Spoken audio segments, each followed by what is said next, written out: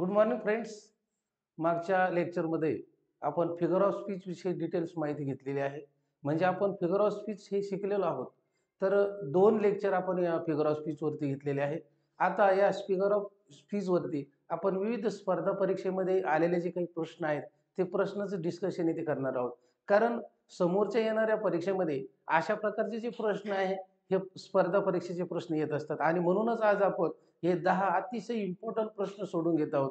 मला असं वाटतं की हे फिगर ऑफ स्पीच जे आहे ते जे मी शिकवलेलं आहे तर त्यावरती जे काही प्रश्न आहेत ते तुम्हाला निश्चितच सोडवता येईल. तर अधिक वेळ न घेता आता आपण आपल्या 10 क्वेश्चनकडे वळूया. अतिशय महत्त्वाचे प्रश्न आपण विविध स्पर्धामध्ये जे आलेले आहेत ते आपण घेत आहोत, ते आपण समजून घेत आहोत. ते प्रश्न तुम्ही समजून घेतले तर मला असं वाटतं की विविध स्पर्धा परीक्षेमध्ये आलेले जे काही प्रश्न आहे आणि विविध प्रश्नपत्रिका ज्या तुम्ही काही सोडवणार आहात ते प्रश्न सुद्धा तुम्हाला लक्षात यायला सुरुवात होईल. राईट. तर चला आता आपण बघूया फिगर ऑफ स्पीच. तर विविध स्पर्धा परीक्षेमध्ये जे विचारलेले प्रश्न आहेत ते अशा प्रकारचे आहेत. आपण फिगर ऑफ स्पीच वरती टेस्ट घेत आहोत, लक्षात असू द्या. तर आता पहिला प्रश्न बघा. पहिला प्रश्न आहे identify the correct figure of speech. Tax assistant 2017 ला हा प्रश्न आलेला आहे. म्हणजे विविध स्पर्धा परीक्षेमध्ये फिगर ऑफ स्पीच वरती कशा प्रकारचे प्रश्न येतात त्या प्रश्नाचे डिस्कशन आपण इथे करणार आहोत. तर 2017 ला हा जो प्रश्न आलेला आहे तो प्रश्न काय आहे तर बघा. Alone alone all all alone alone on wide wide sea. म्हणजे या फिगर ऑफ स्पीच मध्ये जर तुम्ही बघितलं तर या फिगर ऑफ स्पीच मध्ये पहिलं लेटर हे रिपीट झालेलं आहे. आता अलोन हा शब्द बघा ए लेटर रिपीट झालेला आहे. दुसऱ्यामध्ये ए लेटर रिपीट झालेला आहे. ए राईट. म्हणजे ज्या फिगर ऑफ स्पीच मध्ये शब्दाचं लेटर पहिलं लेटर रिपीट होतो तेथे कोणता फिगर ऑफ स्पीच तयार होतो हे मी तुम्हाला सांगितलेलं होतं. तेथे अलिटरेशन फिगर ऑफ स्पीच असतो, हे लक्षात असू द्या. मग आता ह्या प्रश्नाचं उत्तर तर तुम्ही सहज समजू शकता. त्याचा अर्थ असा की लेटर रिपीट झालेले आहे. राईट. शब्दाचं पहिलं लेटर जे आहे ते लेटर रिपीट झालेले a alone alone all all alone alone on wide wide sea. मग लेटर रिपीट झाल्यामुळे शब्दाचं येथे अलिटरेशन फिगर ऑफ स्पीच आहे. तर आता करेक्ट ऑप्शन तुम्हाला जर शोधायचं सांगितलं किंवा आपण उत्तर जर फाइंड आउट केलं तर पर्सॉनिफिकेशन ही फिगर ऑफ स्पीच नाही. त्याचं कारण असं आहे पर्सॉनिफिकेशन हा फिगर ऑफ स्पीच म्हणजे चेतन गुणवत्ते अलंकार. राईट. म्हणजेच काय निर्जीव वस्तू सजीव आहेत असं दाखवलं जातं. इथे तसं काहीच नाही. बरोबर.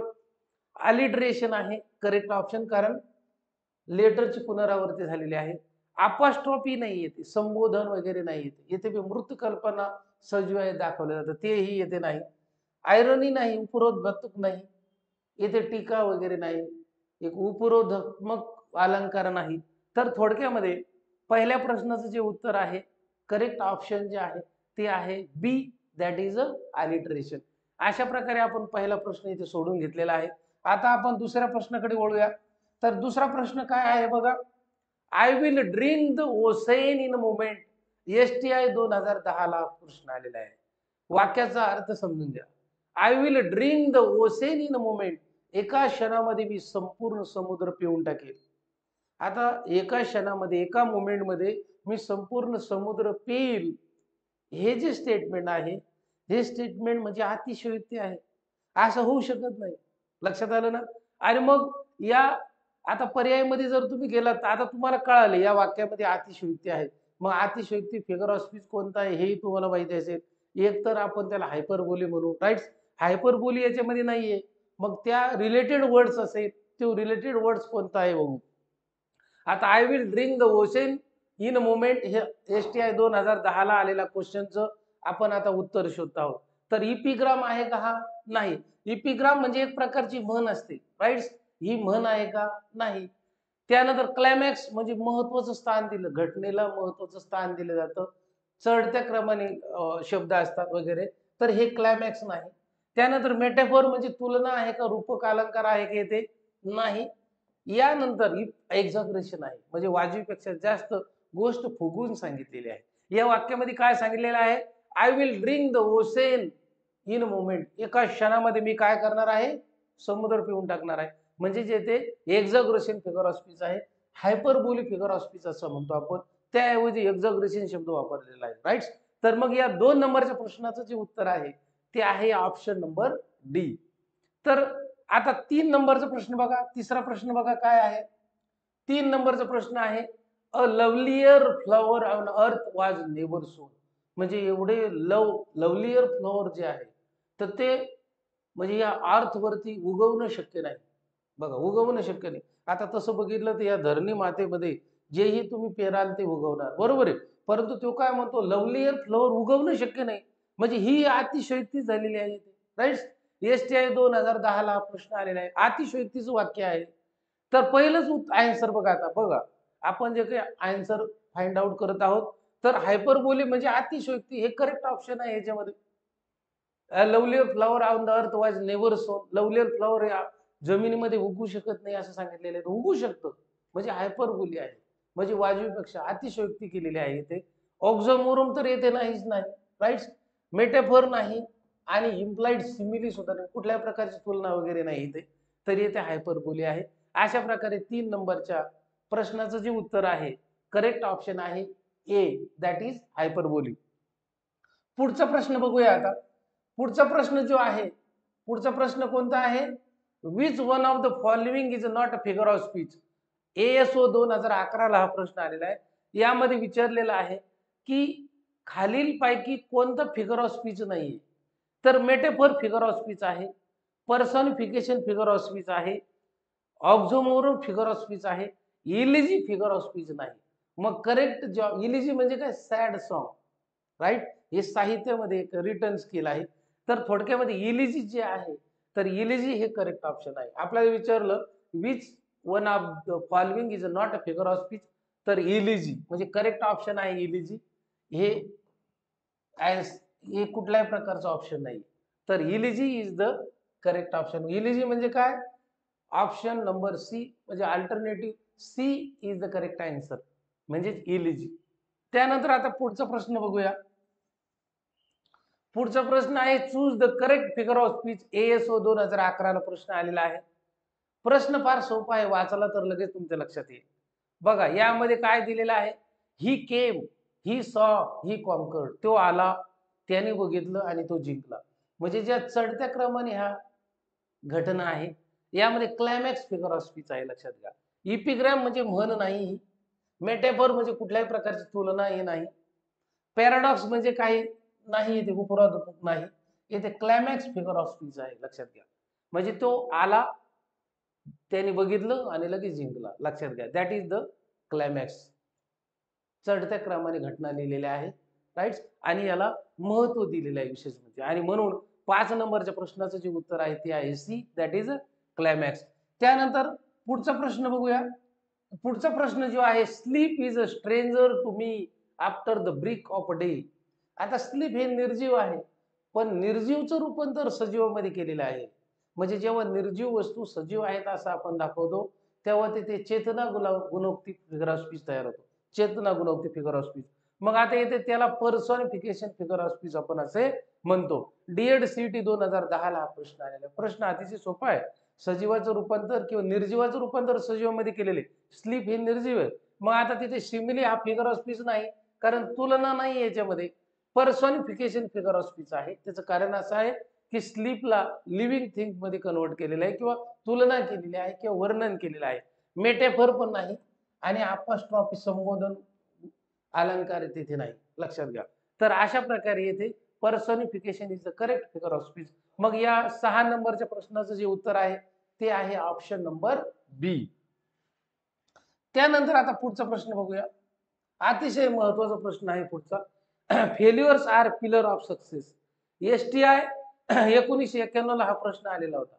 यामध्ये काय, failures are pillar of success म्हणजे जे फेल्युअर्स असतात ते सक्सेसचे पिलर असतात असा याचा अर्थ आहे. तर थोडक्यामध्ये ही एक म्हण आहे. काय आहे, म्हण आहे. आणि जिथे म्हण असेल किंवा कोटेशन असेल तर तिथे इपिग्राम हा फिगर ऑफ स्पीच तयार होतो. म्हणून करेक्ट ऑप्शन जे आहे ते आहे ए. ते पॅराडॉक्स नाही, मेटाफर सुद्धा नाही आणि सिमिली नाही. सिमिली म्हणजे तुलना करण्यासाठी तुलना केली जाते वाक्यामध्ये. मेटाफर मध्ये पण तुलना केली जाते. सिमिली आणि मेटाफर मध्ये फरक तुम्हाला पाहिजे. सिमिली मध्ये ॲज किंवा लाईक या वर्ड्सने तुलना केली जाते. मेटाफर मध्ये डिरेक्टली तुलना केली जाते. पॅराडॉक्स मध्ये उपरोधात्मक लक्षात घ्या, एक प्रकारे टीकात्मक परीक्षण आहे येथे. तर येथे ते काही नाही वाक्यामध्ये इपिग्राम आहे, वाक्यामध्ये एक म्हण आहे. लक्षात घ्या की failures are the pillar of success. आता या 7 नंबरच्या प्रश्नाचं उत्तर आपल्याला मिळालेलं आहे, ते म्हणजे ऑप्शन नंबर ए. त्यानंतर आता पुढचा प्रश्न बघूया. Child is a father of man. PSI 1986 ला हा प्रश्न आलेला आहे. या वाक्यामध्ये, या प्रश्नामध्ये अर्थ बघा. Child is a father of man. Child is a father of man म्हणजे यामध्ये एक अपोजिट संकल्पना मांडलेली आहे. Opposite, right. मग आता अपोजिट संकल्पना जिथे आहे, कल्पना जिथे अपोजिट मानलेली आहे, तर तेथे पॅराडॉक्स हा फिगर ऑफ स्पीच तयार होतो. मग आता येथे सिमिली नाही किंवा तुलना नाही, एक्झॉग्रेशन अतिशयोक्ती नाही, इपिग्रॅम म्हण सुद्धा नाही, तरी इथे आहे पॅराडॉक्स. लक्षात आलं ना? तर येथे पॅराडॉक्स का आहे, तर येथे अपोजिट कल्पना मांडलेली आहे. Child is the father of man. म्हणून या 8 नंबरच्या प्रश्नाचं ॲक्युरेट जे उत्तर आहे ते आहे option number B, that is a paradox. त्यानंतर आता पुढचा प्रश्न बघूया. 9 नंबरचा प्रश्न बघा, अतिशय सोपा आहे. 9 नंबरचा प्रश्न अतिशय सोपा आहे. He looks as cheerful as rose. तर ॲज ने तुलना केलेली येते. तो कसा दिसतो, तर गुलाबासारखा चेअरफुल दिसतो. बरोबर आहे. मग ॲज ने तुलना केलेली आहे. PSI 1986 ला प्रश्न आलेला आहे. प्रश्न अतिशय सोपा आहे. शालेय जीवनामध्ये अशा प्रकारचे प्रश्न येऊन गेलेले आहेत. म्हणून कोणताही विद्यार्थी या प्रश्नाचं सहज उत्तर फाइंड आउट करू शकतो. मला असं वाटतं की या प्रश्नाचं उत्तर फाइंड आउट करणं काही हार्ड नाहीये. तर आता इथे तुलना केलेली आहे. तुलनासाठी आपण कंपॅरिझन करण्यासाठी 2 फिगर ऑफ स्पीच वापरतो, सिमिली आणि मेटाफर. मेटाफर मध्ये डायरेक्टली तुलना केली जाते, कंपॅरिझन केले जाते. सिमिली मध्ये डायरेक्टली कंपॅरिझन केले जात नाही. राईट. ॲज या शब्दाचा वापर केला जातो. बरोबर आहे. मग आता येथे पर्सॉनिफिकेशन नाही, सिमिली येथे फिगर ऑफ स्पीच आहे, कारण ॲज ने तुलना केलेली आहे. मेटाफर येथे नाही आणि पॅराडॉक्स पण नाही. तर लक्षात घ्या, 9 नंबरचा जो काही क्वेश्चन आहे ते, तो 9 नंबरच्या क्वेश्चनचं उत्तर आहे सिमिली, ऑप्शन नंबर बी. आणि आता शेवटचा प्रश्न आहे बघा, लक्षात घ्या. 10 नंबरचा अतिशय महत्वाचा प्रश्न बघा. Ministers are pillar of state. Minister हे पिलर म्हणजे स्टेटचे पिलर असतात, खांब असतात. लक्षात घ्या, मिनिस्टरला एवढं प्राधान्य देण्यात आलेलं आहे की स्टेट जर चालवायचं असेल तर मिनिस्टर शिवाय पर्याय नाही. लक्षात आलं ना? म्हणून minister are pillar of the state. PSI 1991 ला हा प्रश्न आलेला आहे. प्रश्न अतिशय सोपा आहे. मिनिस्टर आणि स्टेटची तुलना केलेली आहे, कंपॅरिझन केलेली आहे, डिरेक्टली कंपॅरिझन केलेली आहे. जेव्हा आपण डिरेक्टली कंपॅरिझन करतो तेव्हा आपण मेटाफर हा फिगर ऑफ स्पीच वापरतो, कारण ते सिमिली फिगर ऑफ स्पीच वापरता येणार नाही. सिमिली सुद्धा कंपॅरिझन साठीच वापरतात, परंतु सिमिली मध्ये ॲज किंवा लाईक या शब्दाने कंपॅरिझन केले जातं. तर इथे आता मिनिस्टर आणि स्टेट डिरेक्टली कंपॅरेटिव्ह आहे, इथे कंपॅरिझन आहे, आणि म्हणून सिमिली हा फिगर ऑफ स्पीच इथे नाही. क्लायमॅक्स नाही, यामध्ये फार घटनेला महत्व दिलेले किंवा चढत्या क्रमाने घटना आहे असंही नाही. त्यानंतर पॅराडॉक्स नाही, पॅराडॉक्स मध्ये उपरोधात्मक वर्णन असतं ते नाही. तर येथे डिरेक्टली द मेटाफर आहे, रूपक अलंकार येथे आहे.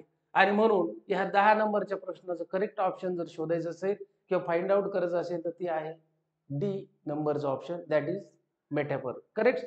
तर अशा प्रकारे आपण जे चॅलेंजेबल 10 क्वेश्चन इथे सोडून घेतलेले फिगर ऑफ स्पीचचे, मला असं वाटतं की हे फिगर ऑफ स्पीचचे जे प्रश्न आहेत ते तुम्हाला निश्चित उपयोगी पडू शकतात. तुम्ही मागील प्रश्नपत्रिका जर बघितल्या, विविध स्पर्धा परीक्षेमध्ये आलेले जे प्रश्नपत्रिका आहे त्या प्रश्नपत्रिकेमधून फिगर ऑफ स्पीच वरती जर प्रश्न फाइंड आउट केले तर तेथे तुम्हाला अशा प्रकारचे प्रश्न दिसतील, आणि अशा प्रकारचे प्रश्न विविध स्पर्धा परीक्षेमध्ये येतात. याची तुम्हाला आता आयडिया आलेली असेल असं मला वाटतं. तर आपण हे जे 10 प्रश्न आहेत ते आता इथे डिस्कस केलेले आहे, सोडून घेतलेले आहे. तर आता तुमचा अधिक वेळ न घेता मी इथेच थांबतो आणि तुमची रजा घेतो. Thank you so much.